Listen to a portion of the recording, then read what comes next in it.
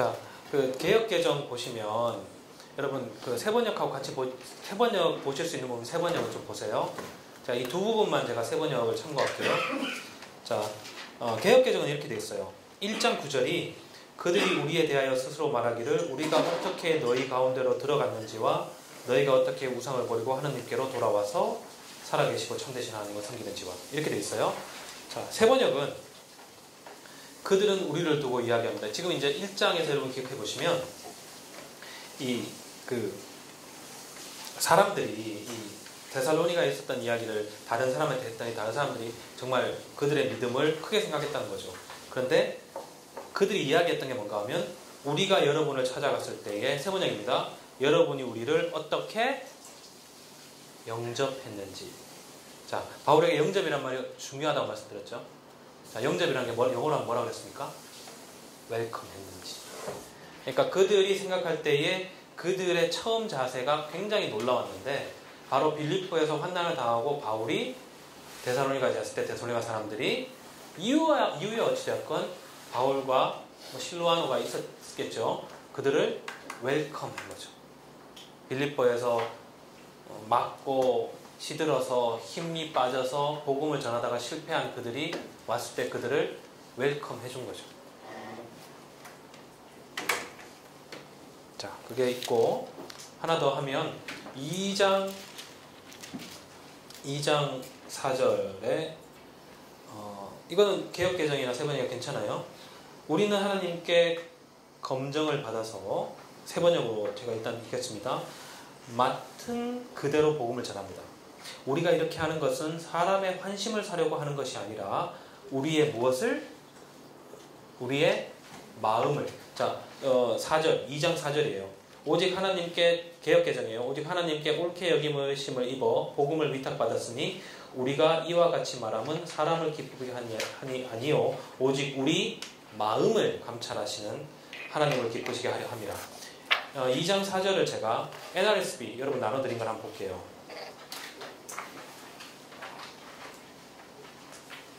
But just as we have been approved by God to be trusted with the message of the gospel, even so we speak not to please mortals.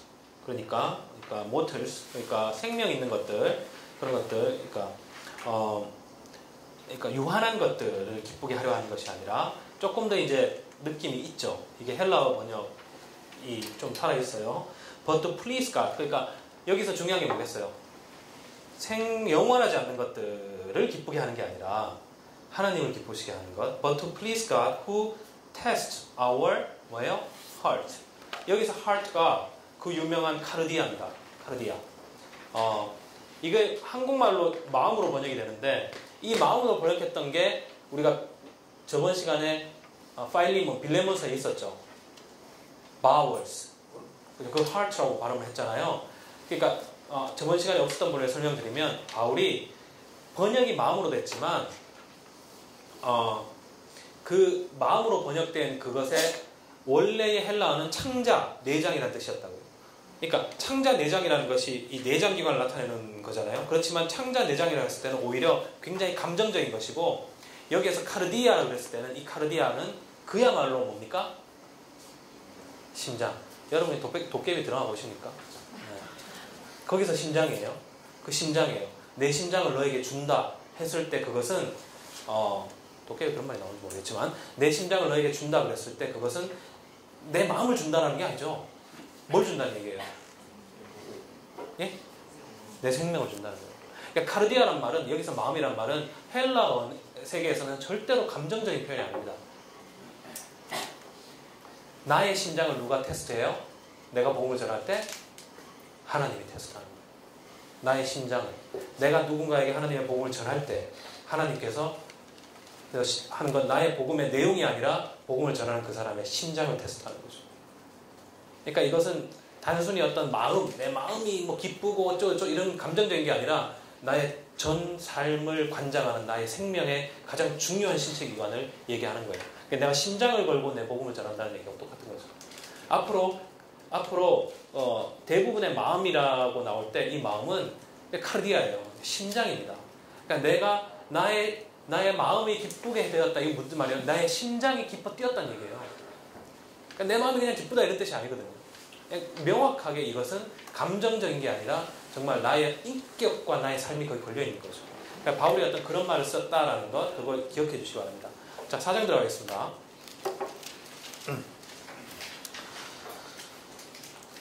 자, 이제 1장부터 3장까지는 바울이 이걸 왜 썼는지 얘기했죠. 너희들이 기쁘게 바라고 너희들이 정말 그렇게 바랬고 너희들이 환난 속에서 너희들이 흔들리지 않는 것이 너무 고맙고 그렇지만 내가 너희들한테 또 가르침을 주겠다. 이런 얘기를 하는 거죠.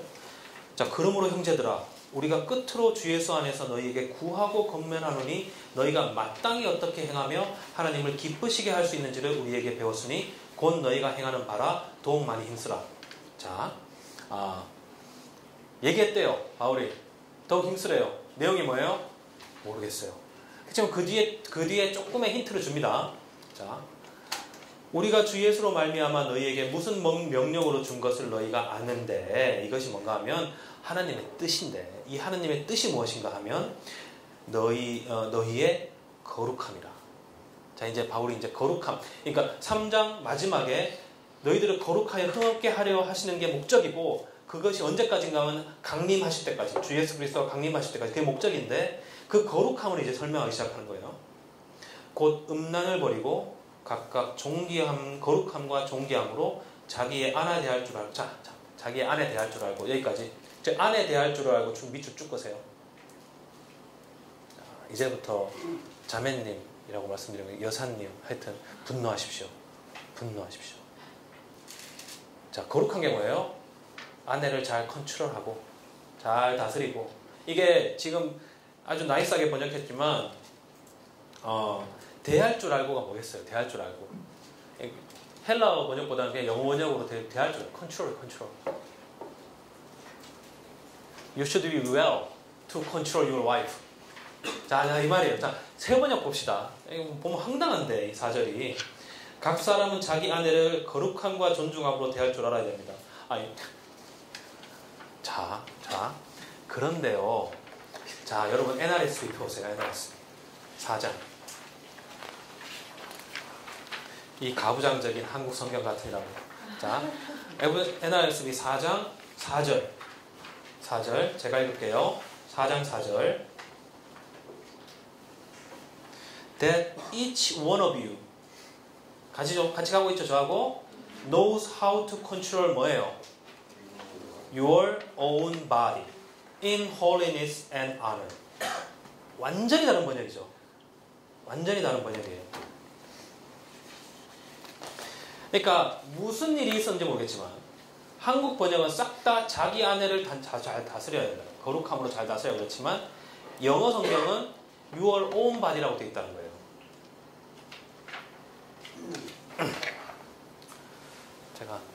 제가 헬라어 쓸 때는 제가 안 틀리려고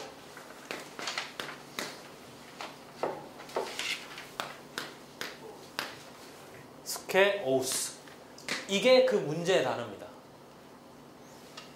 자, 이것이 영어로 번역되면 가장 쉬운 번역이 vessel 그러니까 어떤 뭘 담는 어떤 그런 통이에요, 통. 그리고 instrument, 도구, 툴 이런 거예요. 그러니까 이것을 잘 오역하면 온 바디가 되는 거예요. 몸을 그렇게 썼거든요. scales. 그런데 베드로전서에 보면 내가 여기 써놨는데 베드로전서 3장 7절 여러분 성경이 있으시면 베드로서 3장 7절 제일 먼저 찾으신 분 큰 소리로 읽어주세요.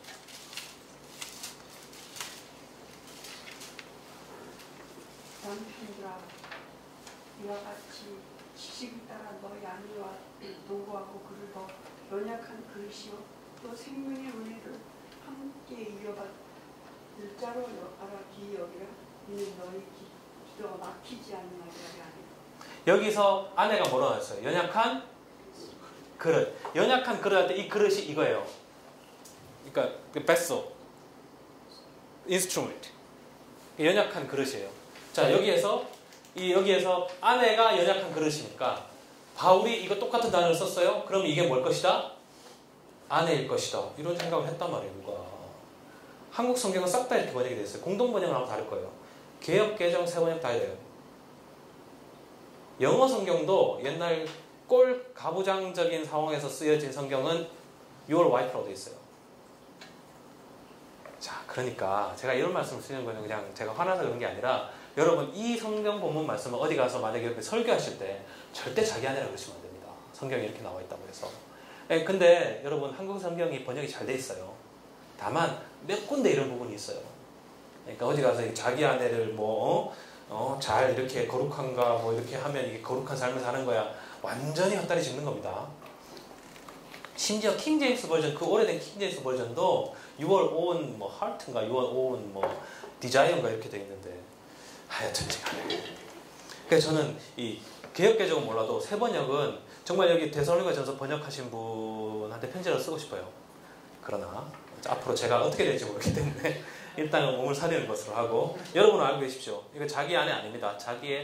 그러니까 자기의 몸을 어떻게 해요? 거룩하게 잘 다스려야 되는 거죠. 그래야 거룩해지는 거잖아요. 의미가 통하잖아요. 맨 뚱딴지같이 아내니까. 자, 하여튼 하나님을 모르는 이방인과 같이 세욕을 따르지 말고 이 일의 분수를 넘어 형제를 해하지 말라. 이는 우리가 너희에게 미리 말하고 증언한 것과 같이 이보는 일에 주께서 신원하여 주심이라. 하나님이 우리를 부르시면 부정하게 하심이 아니요 거룩하게 하심이니 그러므로 저버리는 자는 사람을 저버림이 아니요 너희에게 그의 성령을 주신 하나님을 저버림이라.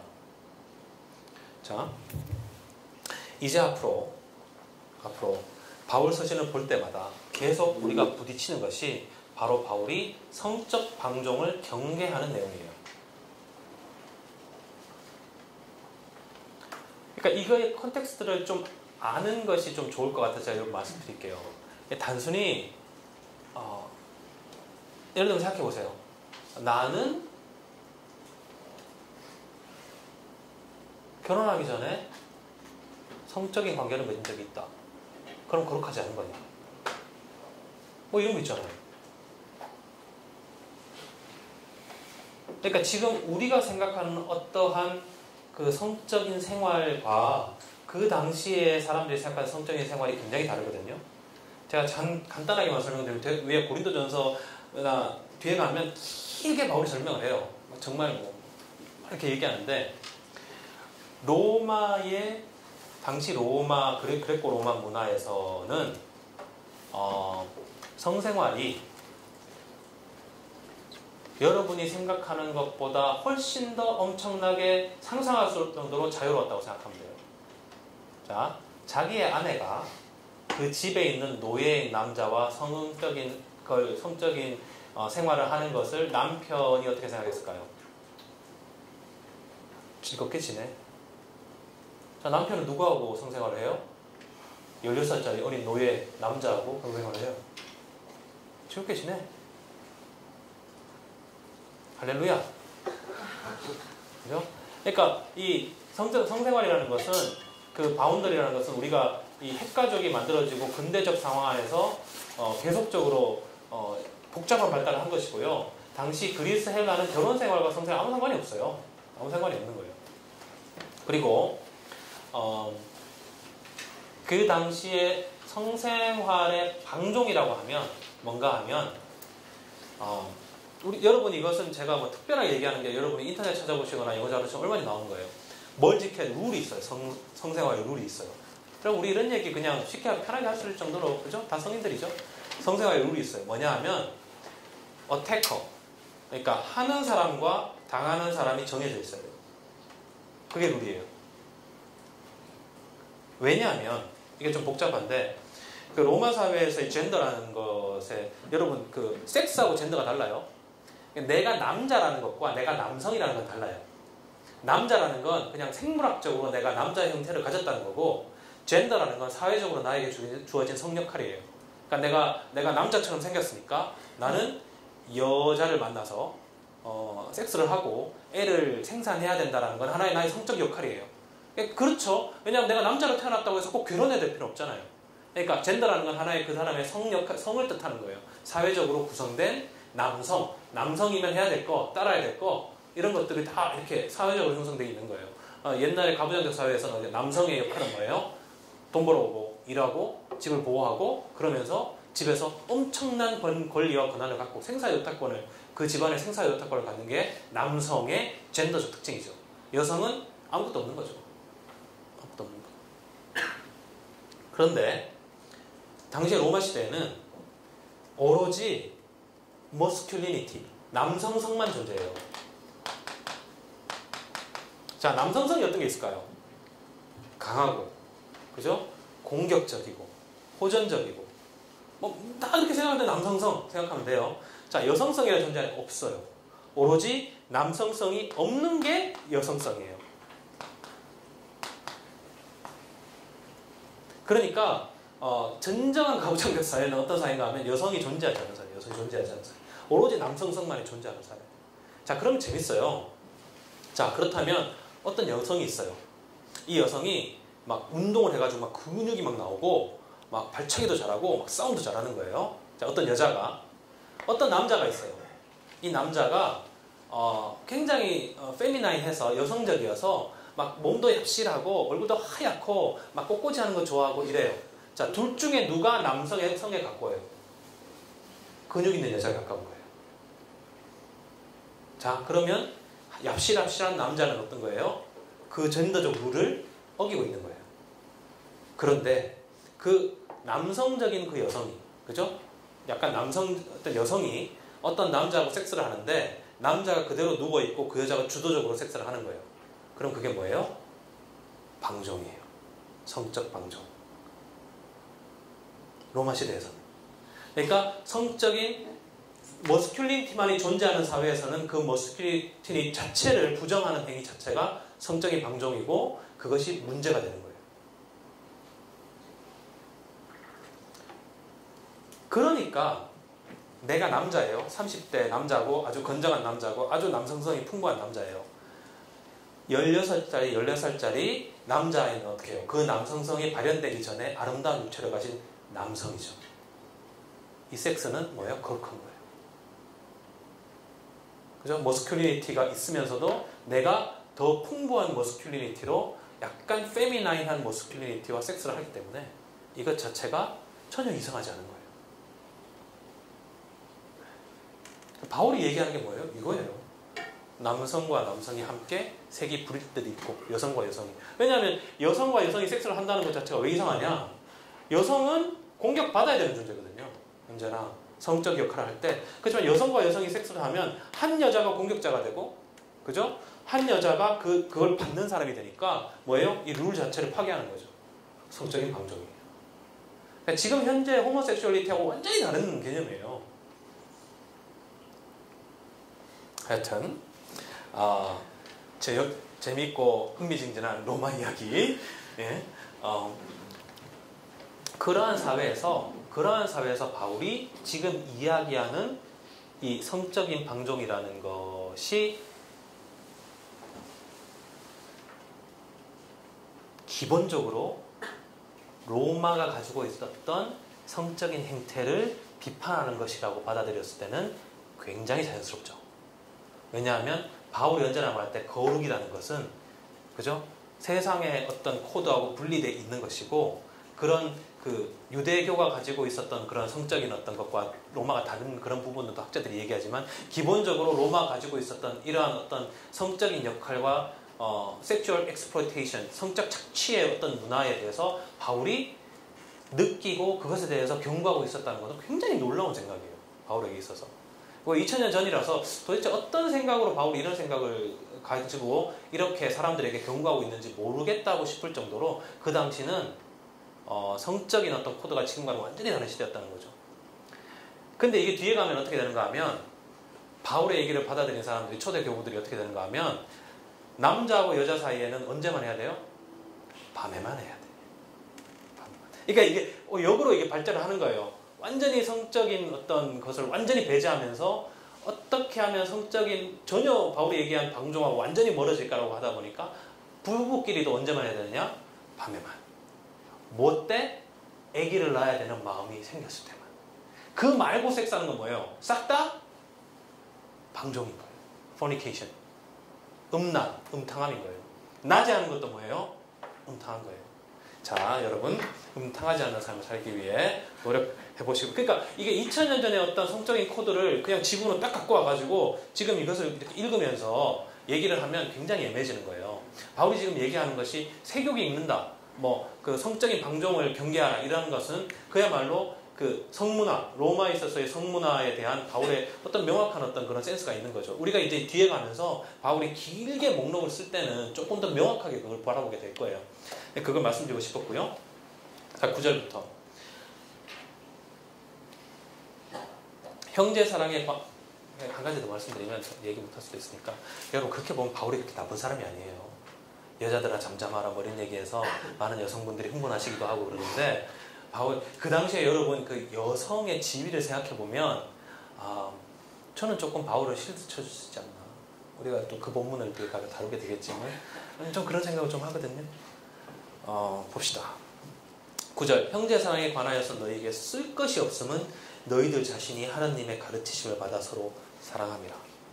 너희가 온 마케도냐 모든 형제들에 대하여 과연 이것을 행하도다. 형제들아 권하노니 더욱 그렇게 행하고 또 너희에게 명한 것 같이 조용히 자기 일을 하고 너희 손으로 일하기를 힘쓰라. 이는 외인에 대하여 단정히 행하고 또한 아무 공평함 없이 없게 하려 함이라. 자, 여기서 바울이 말하는 커뮤니티 가장 중요한 게 뭐예요? 가장 중요한 게 뭘까요? 12절만 봤을 때요. 뭐라고요? 경제적으로 독립해야 돼요. 그러니까 세상, 그러니까 이말로 거룩하다고 하면 구별되어 있는 세상에 빚지면 안 돼요. 그렇게 않아야만이 거룩한 삶을 살 수 있는 거고, 구별된, 분리된 게 아니죠. 바울이 지금 이 사람들한테. 왜냐하면 이 사람들은 어떻게 살아라고 그래요? 너희 조용히 자기 일을 하고, 그죠? 지금 뭔가 뭐 산에 올라가가지고 뭔가 나무 베가지고 집지란 얘기 아니잖아요.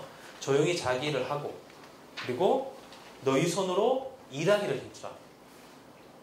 왜 이런 말이 중요한지는 곧 알게 돼요. 자, 일하기를 힘쓰라. 그리고 바깥에 절대로 궁핍함이 없게 하라. 왜 그런가 하면, 형제들아 자는 자들에 관하여는 너희가 알지 못함을 우리가 원하지 아니하노니. 자, 이제 바울이 중요한 얘기를 하기 시작합니다.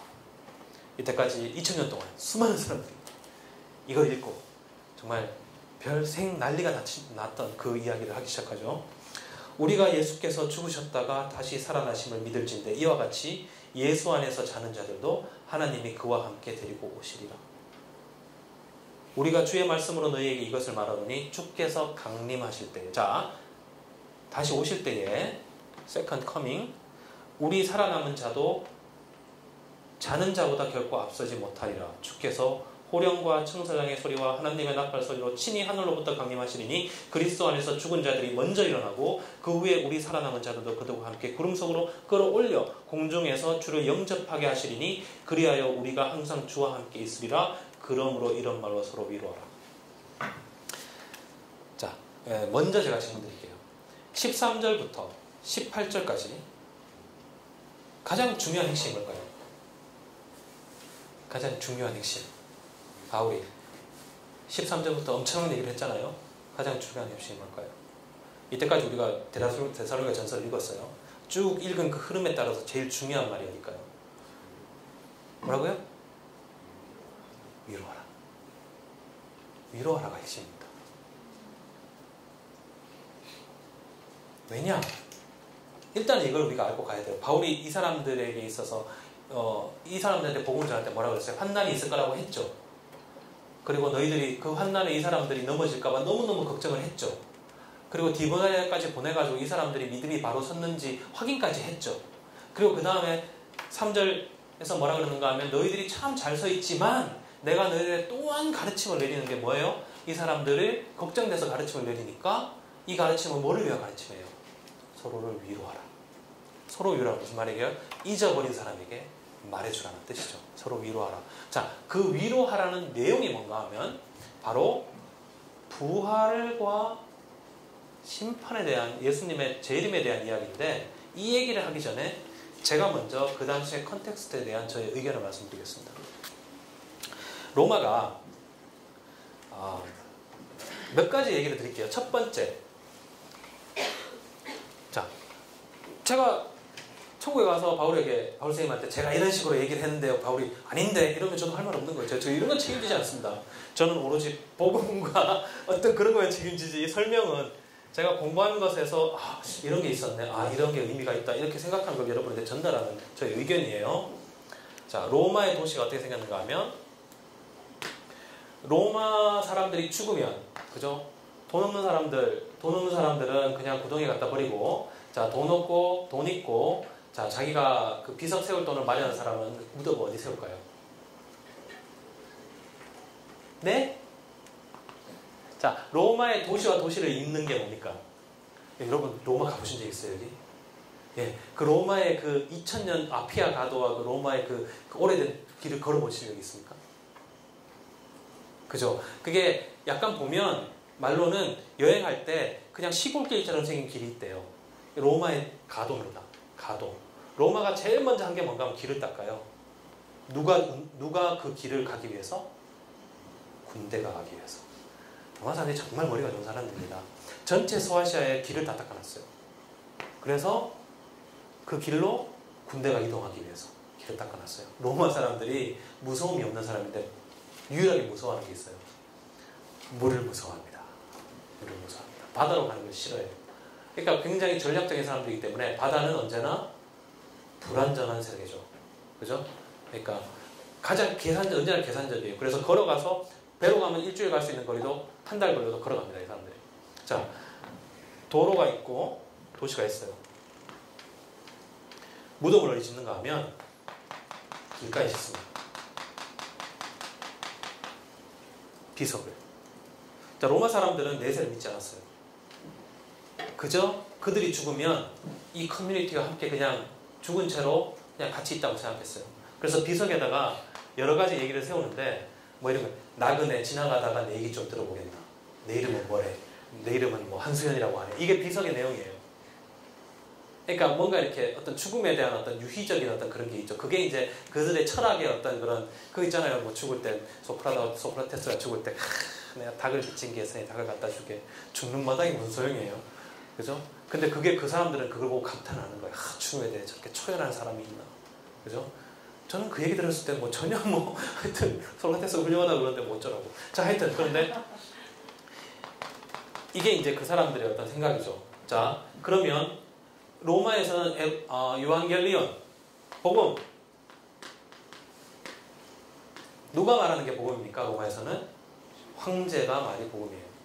자, 복음이 이 도시 예를 들면 여기 고린도고 데살로니가 하면 이 도시에 복음이 임한다. 유한겔리온이 임한다. 무슨 뜻이에요? 황제가 방문을 하는 거예요. 방문하는 거예요. 여기 황제가 방문하는 거예요. 그게 복음이에요. 왜냐하면 황제가 오면 뭐래요? 그러니까 로마의 성군들은 뭐랬는가 하면 언제나 시찰을 해요. 도시를 시찰하거든요. 그게 황제가 하는 일이에요. 왜냐하면 황제는 기버, 언제나 은혜를 베푸는 사람이기 때문에 그것 자체가 황제가 두 가지 역할이 있어요. 첫 번째, 군대 사령관. 로마의 황제에게서는 모든 군대는 군대 저 핫바리 저 밑에 저 핫바리까지 누구한테 봉급을 받아요? 황제한테 직접 봉급을 받아요. 그러니까 배신이 없는 거예요.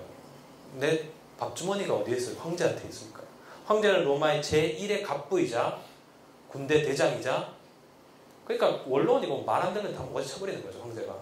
하여튼지 간에. 그런데 그 황제가 두 번째가 뭔가 하면 기버. 은혜를 베푸는 자예요. 군대를 갖고 있다고 하더라도 이 거대한 제국을 통솔할 수는 없거든요. 그러니까 기본적으로 제국의 그 프로파간다, 제국이 위대한 것을 나타내는 도시를 짓고 그 도시에다가 군대를 주도시키거나 그 주변에 군대를 주도시키고 그 도시를 돌아다니면서 사람들에게 빵과 서커스를 보여주는 거죠. 황제가 오면 게임을 하고 사람들 모아놓고 빵 주고 돈 주고. 로마 황제가 당연히 그들에게는 은혜를 베푸는 자죠. 그 황제가 도시를 들어갈 때 그 황제를 보기 원하는 사람들이 제일 먼저 어디에 있을까요? 길에 있죠. 무덤들이 있는 거예요. 황제가 오는 거예요. 제일 먼저. 자, 그러니까 이런 이미지를 생각해 보세요.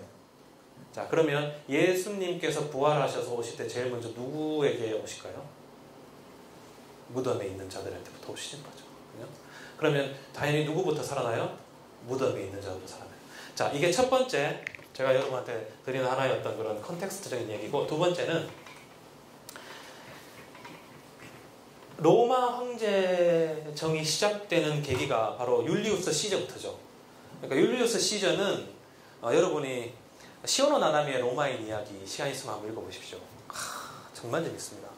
여러분 그거 한번 보시면 성서를, 적어도 바울 서신을 바라보는 어떤 그 생각이 확 열릴 거예요. 그 로마가 얼마나 엄청난 사람들이었는지를 알게 돼요. 근데 조금 시오노 나나미가 로마를 좋아하는 입장에 쓴 거예요. 굉장히 기독교를 굉장히 폄하하는데, 그건 여러분이 알아서 하시고, 저기 이렇게 보시는데, 로마인 이야기를 보면 저도 뭐 다른 로마서도 봤지만 로마인 이야기 제일 재밌게 봤거든요.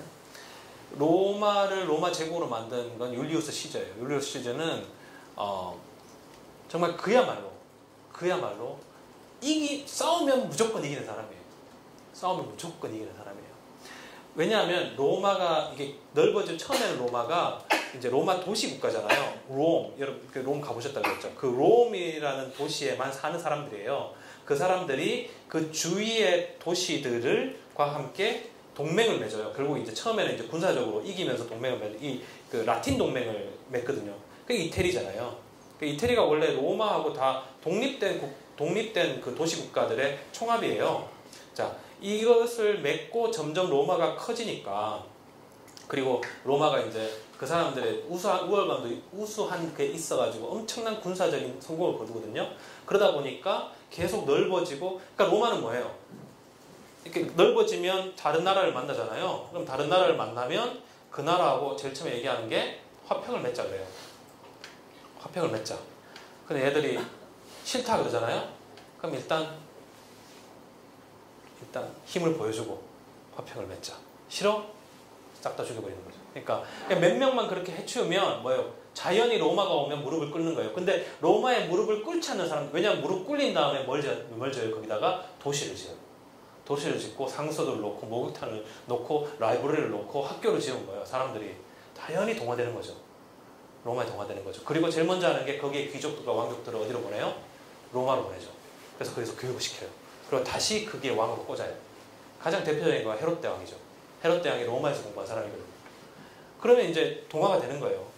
그러니까 로마는 자신들에게 무릎 꿇는 사람들한테는 관대해요.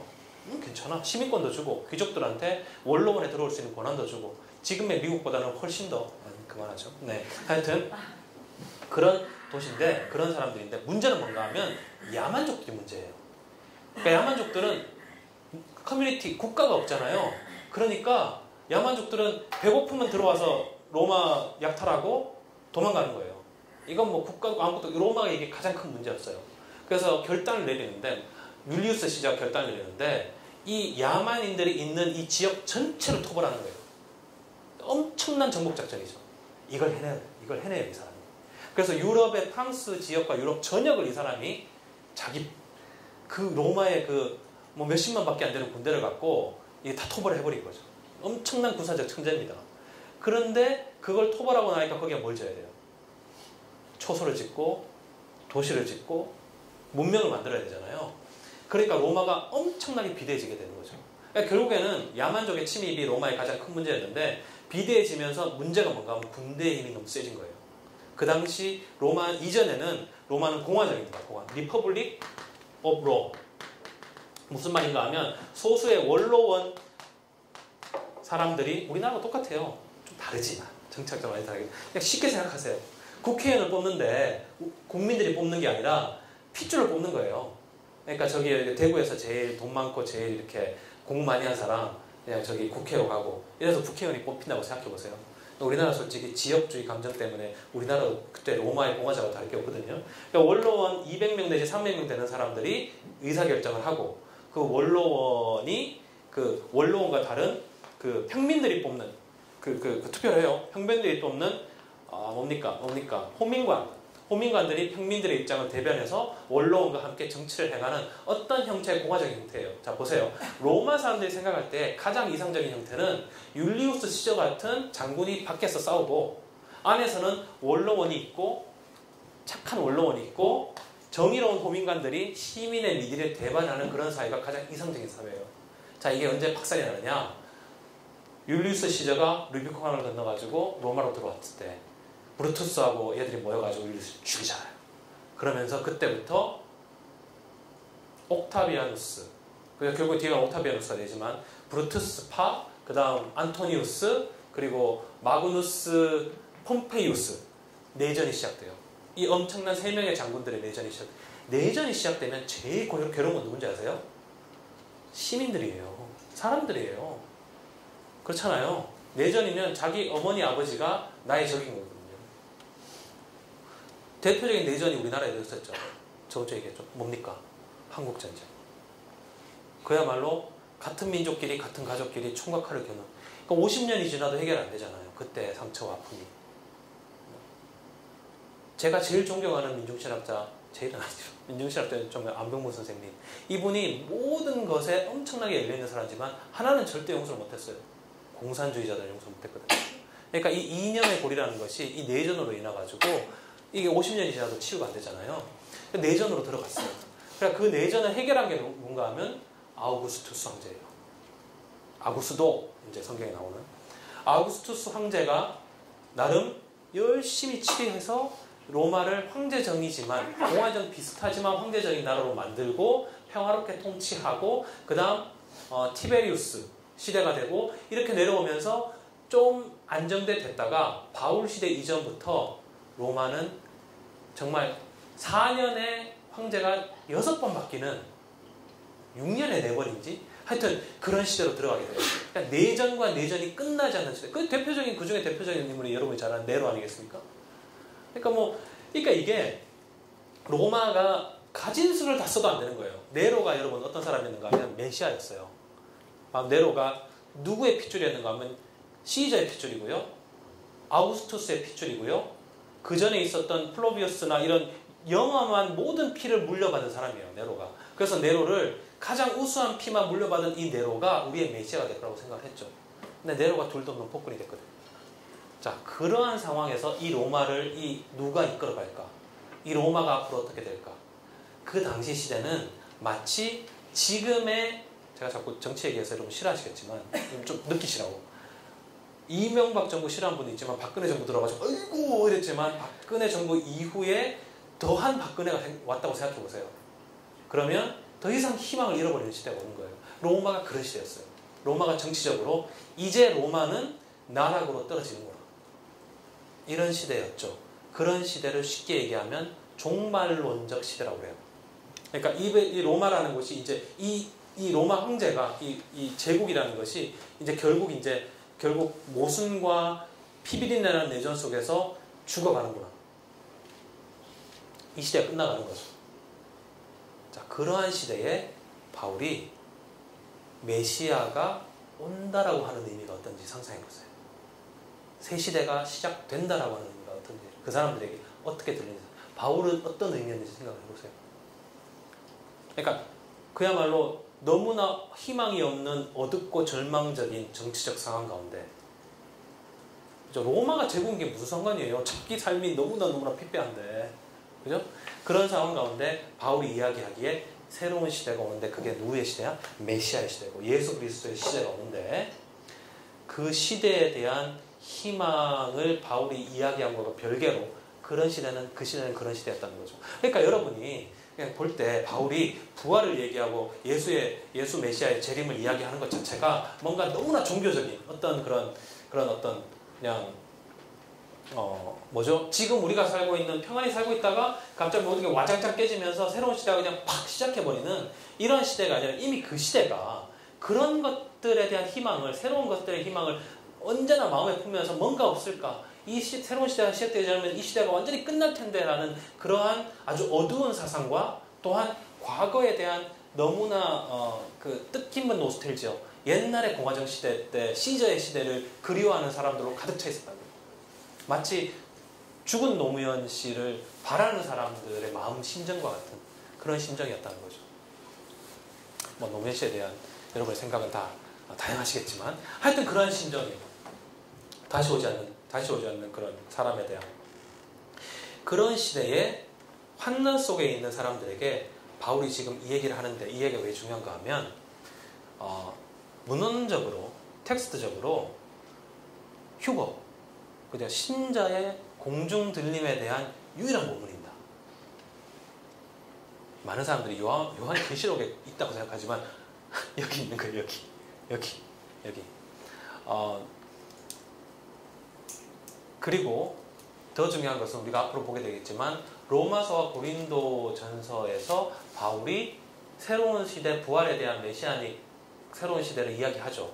자, 성경을 읽어본 분들이 있을 테니까 바울이 고린도 전서에서 얘기하는 것과 로마서에서 얘기하는 게 이거하고 같아요, 달라요?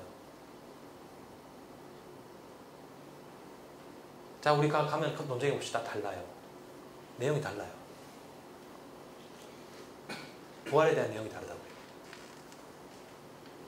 그러니까 우리가 바울을 얘기했을 때 바울이 부활에 대해 얘기했을 때 어떠한 형식의 명확한 타임테이블 이런 일이 있고 이런 일이 역사적으로 정말로 일어날 거야 라는 그러한 형태로 딱 받아들이시면 이미 고린도 전서 가면서부터 바울을 이해하기 힘들어요. 일단은 그런 생각을 일단은 접어놓고 바울이 지금 왜 죽은 자가 먼저 일어날까라고 했는지 생각해 보자고요. 보세요. 예수님이 부활하시고 난 다음에 기본적으로 우리가 복음서나 이걸 통해서 알겠지만 많은 사람들이 예수님의 그 제너레이션, 그 세대 안에 예수님이 다시 올 거라고 생각을 했어요. 그건 우리가 성경을 보면 나와요. 뭐 왜 그렇게 믿었는지, 뭐 뭘 그렇게 믿게 된지 모르겠어요. 믿었어요. 그죠? 믿었는데 환난과 핍박 속에서 먼저 죽는 자들이 생긴 거예요.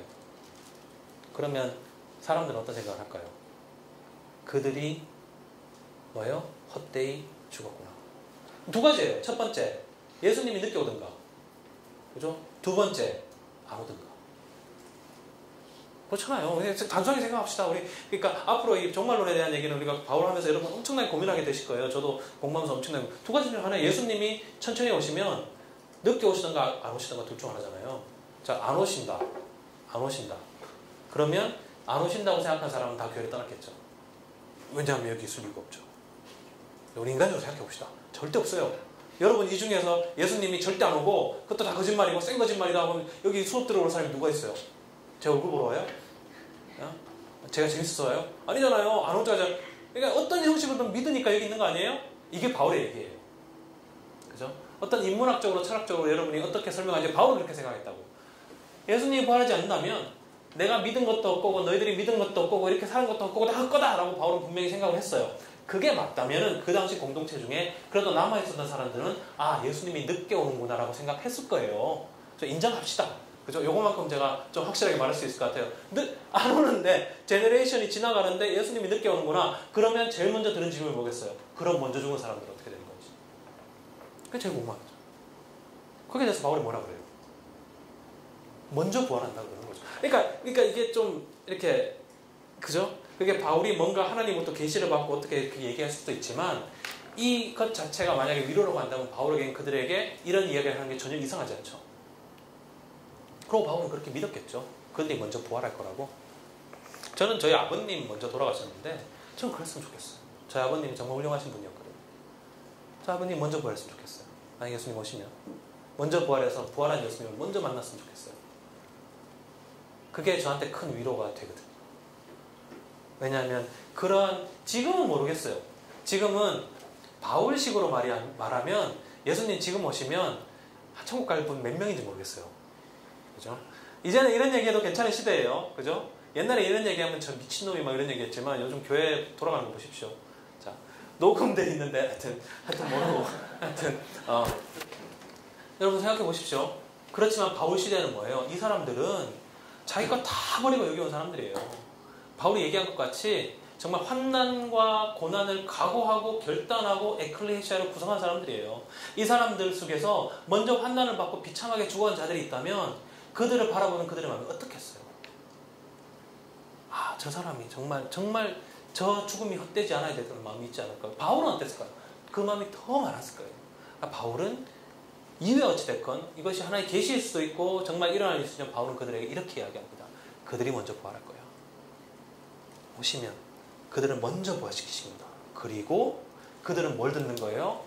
빵빠레도 듣고 트럼펫도 듣고 천사도 듣고 호령을 하고 모든 게 다 그 영광과 승리의 모든 이매지네이션이 그들한테 있죠. 그러고 난 다음에 우리가 부끄럽게 우리도 산자의 부활, 그러니까 죽은 자의 부활이 아닌 두 번째 부활, 살아남은 자의 부활의 시대가 시작된다 라고 하죠.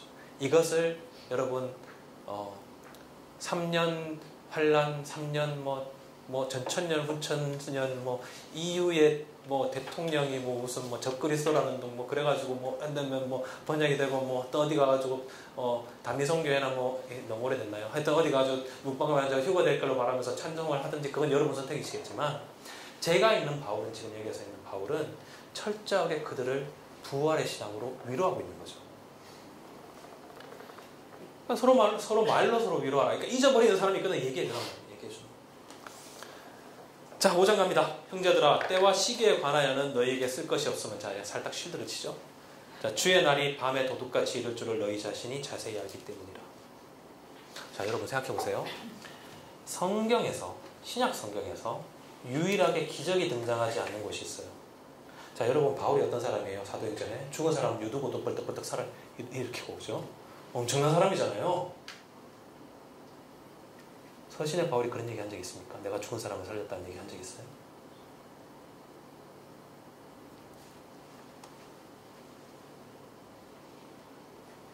우리가 보통 2000년 전의 시대를 신화시대라고 얘기하고 그 시대는 뭐 기적이라는 것을 이야기하는데 뭐 그것을 뭐 어떻게 여러 가지 의미가 있겠지만 여러분 바울의 서신이라는 것은 기적이 없어요. 바울은 자기가 기적을 행하였다 하더라도 여러분 잊게 됐지만 그는 기적을 기록하는 사람이 아니에요. 바울이 엄청난 환상과 수많은 계단을 받았다고 얘기를 하죠. 뒤에 가서 이제 논쟁이 있었을 때. 근데 바울이 뭐예요? 이야기하지 않는 사람이에요. 이야기하지 않는다. 바울은 묵시적 전통에 섰지만 그의 메시지는 언제나 예언자적 선포에 기초한 사람입니다. 이건 이제 학문적으로 이건 그렇게 돼요. 왜냐하면 묵시는 언제나 환상과 계시만 있는 시대예요. 요한계시록 읽고 다니엘이 그렇잖아요. 그렇지만 묵시 문학에 영향을 받았지만 바울은 언제나 어떻게 보면 마지막 예언자요, 최초의 사도로서, 그죠? 예수 그리스도를 예언한 사람이 예언자잖아요. 마지막 예언자요, 최초의 사도로서 복음의 메시지를 그 당시의 언어와 그 당시의 사람이 이해할 수 있는 말로 정치적인 사회 속에서 선포를 계속적으로 한 사람이죠. 이것이 앞으로 읽으면 서신에 대해서 도움이 되실 거예요. 왜냐하면 그렇기 때문에 바울이 더 진실하다 이런 걸 쓸 때, 바울이 얘기를 할 때, 그러니까 바울이 때와 시기에 관하여 너에게 쓸 것이 없다라고 했을 때 이 뜻은 단순히 그날이 도적같이 온다는 얘기가 아니라 그러한 묵시적, 계시적 신앙 자체가 지금 너희들에게 필요가 없다는 거예요. 왜냐하면 이미 뭐예요? 그 사람이 왔으니까. 묵시에서 얘기했던 그 메시아가 이미 바울은 왔는 게 너무나 분명하니까 그것만으로도 충분하다는 거죠. 뭔가 새로운 날을 예언하고 새로운 날을 있게 된 날을 어떻게 얘기하고 그 날을 계수하고 그리고 어떤 새로운 날 오게 될 이 세상을 어떻게 할 것인가에 대한 어떤 그런 명확한 어떤 묵시적 심리적 얘기를 바울은 할 이유가 없는 거예요. 뒤에 가면 이제 바울이 이제 그렇게 서지는 않지만 그때 그런 사람들이 있었다는 식으로 이야기를 하죠. 그것은 이제 우리가 또 읽어보게 될 겁니다. 자, 주의 날이 밤에 도둑같이 이룰 줄을 너희가 자세히 알기 때문이다. 그들이 평안하다, 안전하다 할 그때에 임신한 여자에게 해산의 고통이 이름과 같이 멸망이 갑자기 그들에게 이르니니 결코 피하지 못하리라. 형제들아, 너희는 어둠에 있지 아니하매 그날이 도둑같이 너희에게 임하지 못하리니 너희는 다 빛의 아들이요 낮의 아들이라. 우리가 밤이나 어둠에 속하지 아니하나니 그러므로 우리는 다른 이들과 같이 자지 말고 오직 깨어 정신을 차릴지라. 자는 자들은 밤에 자고 취하는 자들은 밤에 취하되 우리는 낮에 속하였으니 정신을 차리고 믿음과 사랑에 호신경을 붙이고 구원의 소망의 토구를 쓰자. 보세요. 바울이 지금 이야기하는 방식을 잘 보세요. 자, 밤이나 낮이라는 게 지금 밤과 낮을 뜻하는 겁니까? 자, 보세요. 우리는 어디에 속한 사람이에요? 낮에 속한 사람이죠. 자, 낮에 속한 사람은 잠을 자요, 안 자요? 자죠. 우리도 잠을 자죠. 여기는 다 낮에. 저는 낮에 여러분 밤에 속했나요? 하여튼 낮에 속한 사람이죠. 낮에 속한 사람이 잠을 자요. 그렇지만 바울이 여기서 말하는 것은 낮과 밤이라는 것은 그런 의미가 아니죠. 이미 자기의 의미로 바꿨죠. 그러니까 왜냐하면 우리가 낮에 속했으면, 그죠? 처음에는 세상은 뭐예요? 어둠이고 밤이고 너희들은 낮에 속했으니 너희들은 자지 않는 사람들이고 그러니까 너희들에는 잠을 잘 때 도둑같이 그날에 임하지 않는다는 얘기죠. 그런 식으로 너희에게 어떤 환난의 형태로 갑작스러운 형태로 심판이 임하지 않는다는 뜻이죠. 왜냐하면 이미 계속 낮에 속한 사람이기 때문에. 자, 이러한 바울의 어떤 그 언어 사용이 영과 육을 얘기할 때도 나타나요. 그러니까 이건 자체를 그러니까 낮과 밤이니까 그걸 어떤 물질적인 형태의 낮과 밤이라든지 물질적인 형태의 영과 혼과 몸이라고 이해를 하면 굉장히 어떻게 되는가 하면 낮과 밤은 아니지만 뒤에 같은 경우에 굉장히 이원론적인 어떤 생각을 하게 되거든요. 바울은 뭐예요? 밖이 어둠인 거예요. 이 밖이. 바울이 어둠이면 당연하죠. 지금까지 계속 설명을 하잖아요. 이 사람들이 환난을 당하고 이 사람들이 구별되고 거룩해서 이 사람들이 에클레시아를 만들었고 교회를 만들어서 이곳이 결단 속에서 믿음과 뭐예요? 대표하죠. 믿음과 사랑으로. 오로지 믿음과 사랑으로 이 낮에 속하였으니까 너희들은 낮에 속한 자가 아니라는 거죠. 묵시가 필요 없는 사람들이죠. 묵시는 오로지 심판을 두려워해야 되는 사람이에요. 그러니까 바울이 얼마만큼 이 에클레시아에게 엄청난 의미를 주고 있는지 그리고 이들을 어떻게 훈련시키는지 우리가 알 수 없지만 도대체 어떤 복음을 얘기하는지 모르지만 이 사람들이 다 믿은 거예요. 그거를. 바울이 얘기를 다 믿고 받아들이고 그렇게 살기로 어떻게든 결단해서 이 교회가 생긴 거예요. 에클레시아가. 궁금합니다. 도대체 바울이 무슨 얘기를 했을지 뭘로 꼬셨을지 저는 모르겠거든요. 저는 예수님이 왔고 메시아가 왔고 이런데 앞으로 너희들은 환난과 고난과 어려움과 힘듦과 바깥에 아무리 원수들이 너희를 위하여 사랑하고 나누어주고 베풀고 그렇게 살고 그 안에서 절대 흔들리지 않고 미친 듯이 살아야 되고 나가면 다 죽는 거야 이렇게 되면 저는 좀 생각해보고 그렇지만 그들은 믿었죠. 너무너무 바울이 사랑했죠. 예수께서 우리를 위하여 죽으사 9절 하나님이 우리를 세우심은 노하심에 이르게 하심이 아니요 오직 우리 주 예수 그리스도로 말미암아 구원을 받게 하심이라. 예수께서 우리를 위하여 죽으사 우리로 하여금 깨어있든지 자든지 자기와 함께 살게 하려 하셨느니라. 그러므로 피차 권면하고 서로 덕을 세우기를 너희가 하는 것 같이. 보세요. 4절의 마지막에 핵심이 뭐라고 그랬어요? 이러한 말로 서로 위로하라. 쭉 얘기한 다음에 또 뭐라고요? 피차 권면하고 서로 덕을 세우기를 너희가 하는 것 같이 하라. 자, 이제 마지막 갑니다. 형제들아, 우리가 너희에게 구하노니. 자, 자매님들 자기 자매들아가 없다고 슬퍼하지 마십시오. 바울이 두 가지를 씁니다. 형제들아라고 쓸 때 형제들아는 보통 사람을 뜻할 때가 있고요. 그죠? 가부장적 사회요. 자, 바울을 까시려면 까셔도 되고요. 두 번째로 정말로 형제들아라고 얘기할 때가 있어요. 여기는 모든 사람을 얘기하는 거죠. 우리가 너희에게 구하노니 너희 가운데서 수고하고 주 안에서 너희를 다스리며 권하는 자들을 너희가 알고 그들의 역사로 말미암아 사랑 안에서 가장 귀히 여기며 너희끼리 화목하라. 자, 보세요. 사랑 나왔죠. 자, 믿음, 사랑, 소망 계속 나옵니다. 그리고 화목하라는 게 평화하라는 얘기죠. 평화가 너희들이 평화를 서로 나눠주라는 얘기죠. 또 형제들아 너희를 권면하느니 게으른 자들을 권계하며 마음이 약한 자들을 격려하고 힘이 없는 자들을 붙들어주며 모든 사람에게 오래 참으라. 삼가 누가 누구에게든지 악으로 악을 갚지 말고 서로 대하든지 모든 사람을 대하든지 항상 선을 따르라. 항상 기뻐하라. 쉬지 말고 기도하라. 범사에 감사하라. 자, 어떻게 왜 항상 기뻐합니까? 바울이 얘기했죠. 그 기쁨은 어떤 기쁨이에요? 성령이 주는 기쁨이니까. 환난과 고난에서 기쁜 거니까. 그냥 항상 기뻐할 수밖에 없는 거죠. 쉬지 말고 기도하라. 기도하라는 말이 거의 나온 것 같기도 한데 거의 처음 눈에 딱 보이네요. 기도하라는 의미로 우리 고린도 가서 전서 가서 기도가 어떤 의미인지 또 살펴보겠습니다. 범사에 감사하라. 자, 여기서 범사에 감사라는 말이 또 나왔죠. 바울이 잘 쓰는, 그러니까 이 사람들에게 중요하게 쓴 말이 기뻐하라, 기도하라, 감사하라. 이 세 가지 의미에 대해서 우리가 기뻐하라는 의미는 왜 기뻐하라는 건지 우리가 알게 됐죠. 서신에서 충분히 설명했으니까 나머지도 이제 곧 알게 되리라 생각합니다. 이것이 그리스도 예수 안에서 너희를 향하신 하나님의 뜻이니라. 자, 앞에서 하나님의 뜻대로 행하라고 했죠.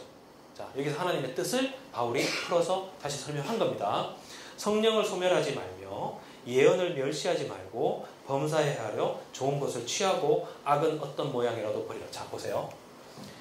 지금 바울이 이런 부분을 우리가 보통 바울 연구에서 윤리적 권고라고 해요. 윤리적 권고. 어떻게 살아라, 어떻게 살아라 이런 것들.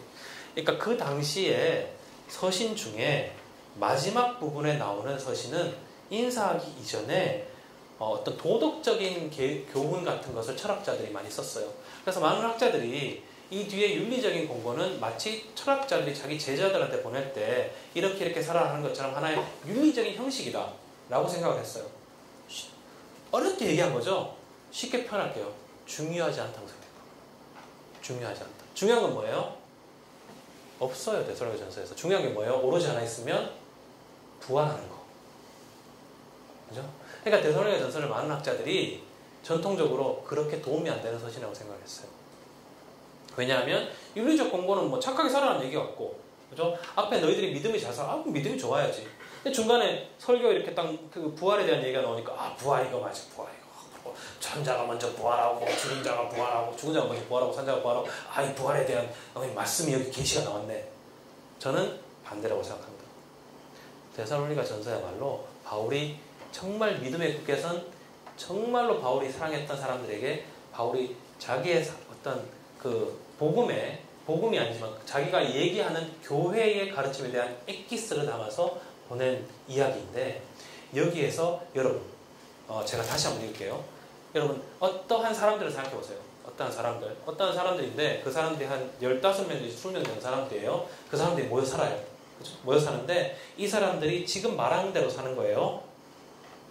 누구에게든지 악을 악으로 갚지 않고 서로 대하든지 모든 사람을 대하든지 항상 선을 따르고 기뻐하고 쉬지 말고 기도하며 범사에 감사하면서 성령을 소멸하지 않고 예언을 멸시하지 않고 범사에 하여 좋은 것을 취하고 악은 어떤 모양이라도 버리는 공동체.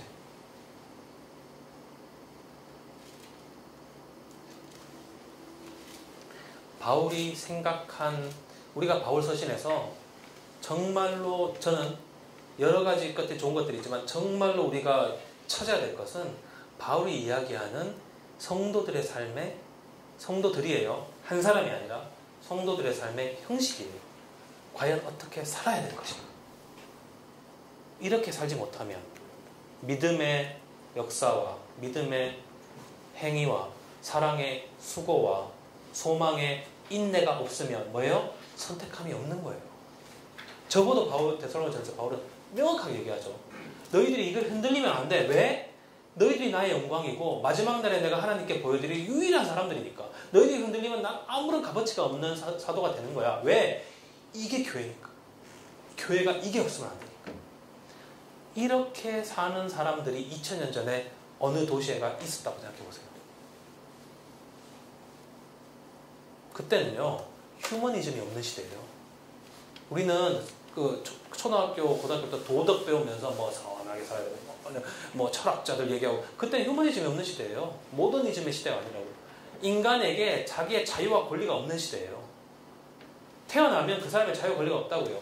그 주인에게, 그 도시의 행정관에게, 로마의 황제에게 생사열탁권이 있는 도시예요. 그런데 이렇게 살 수 있겠어요? 이런 생각을 어떻게 할 수 있겠어요?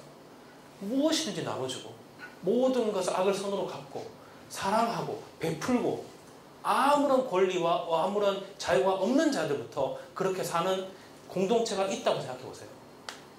그 공동체야말로 메시아를 보여주는 겁니다. 그저 말로 어떠한 복음을 표현하는 것이 아니라, 말로 어떠한 얘기를 써주는 것이 아니라, 그것이야말로 예수 그리스도가 누구인지를 증명하는 사람들이죠. 그 사람들이 있어야 예수가 있는 거고 그리스도가 있는 거죠. 그 사람이 없으면, 그런 교회가 없다면, 그런 모임이 지금 이 시대에 없다면 이미 기독교 그리스도의 바울의 교회 시대는 끝난 거겠죠. 여러분 있나요?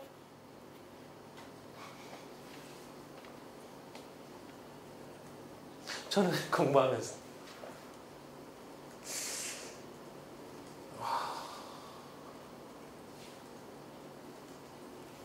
바울 안 할걸.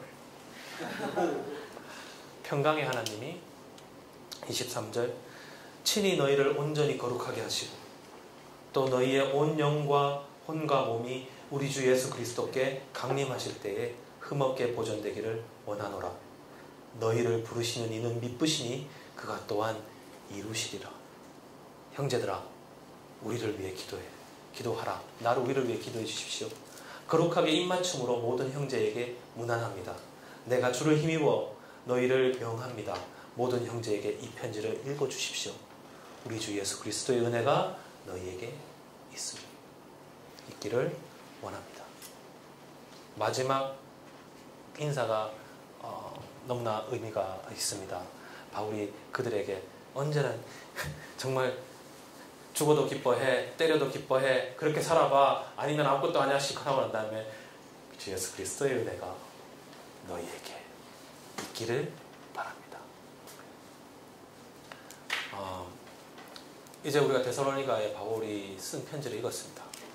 그 바울이 데살로니가 전서에서 그 공동체가 어떻게 살아야 될지에 대해서, 그리고 그들이 그렇게 살고 놀랍게도 그렇게 살고 있는 것에 대해서 증언하는 편지를 읽었죠. 자, 여기 안에 복음의 내용이 우리가 보통 이야기하는 이신칭이 없어요. 무슨 예수 하나님이 창조주임을 믿고 뭐 예수님이 뭐 이걸 믿고 이런 거 없어요. 여기에 바울이 얘기하는 것은 결단한 자들의 삶의 모습만이 있죠. 그렇지만 거꾸로 이야기해서 이런 것이 없다면, 아무리 거룩한 자라 아무리 믿는 자라 할지라도 이것이 없다면 과연 그들이 참 복음을 믿고 받아들인 결단한 사람이라고 볼 수 있는가는 우리가 여러분 일주일 동안 한번 생각해 보시죠. 그렇지만 바울은 아마도 여기에서 명확하게 얘기한 것 같습니다. 그리고 이 편지가 저는 성서에 있는 게 너무 놀라워요. 어떻게 콘스탄틴의 그 시대에 교회가 국교화되고 교회에 다니는 것이 너무나 쉬워진 그 시대에 바울의 서신이 성서에 들어갔는지 너무나 놀랍습니다. 그렇게 보면 복음서도 성서에 들어가 있는 것이 너무나 놀랍죠. 그렇기 때문에 우리가 이걸 읽을 수 있으니까요. 다음 시간에 우리가 뭐 하기로 하는지 기억하십니까? 제가 실라버스를 안 갖고 와서 아마 갈라디아서겠죠?